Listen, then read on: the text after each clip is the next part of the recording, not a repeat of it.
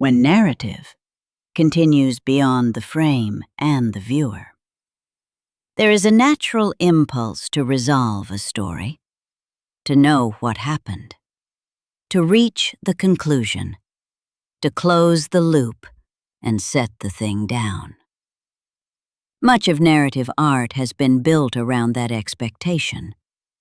Even when we are shown only a fragment, we often look for the larger account. Where did this begin? Where is it going?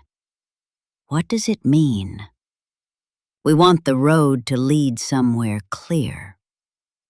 But not all images lead that way. Some remain open, not unfinished because they are lacking, unfinished because they are still alive. They do not hurry toward resolution. They resist it. And in doing so, they create a different kind of experience, one that does not end when we look away. The story does not stay behind in the image. It follows.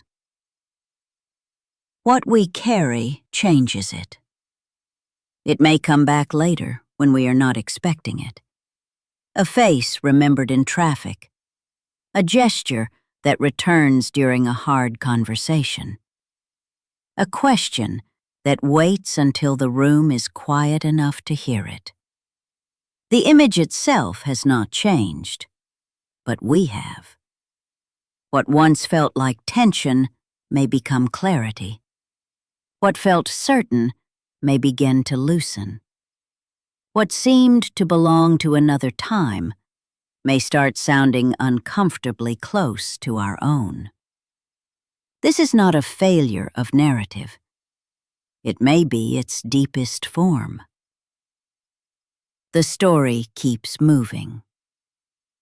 A completed story is received. An unfinished one is lived. The image invites us in. The writing shifts where we stand. The viewer carries the question forward. And once that process begins, the story is no longer fully contained by the frame, the wall, the page, or even the artist who first set it in motion. It moves from image to memory, from memory to meaning, from meaning to whatever we choose to do with it next. That is why the strongest narrative images do not really end. They keep finding new ways to continue, sometimes as a story, sometimes as a question, sometimes as the quiet burden of having finally seen something we can no longer pretend we did not recognize.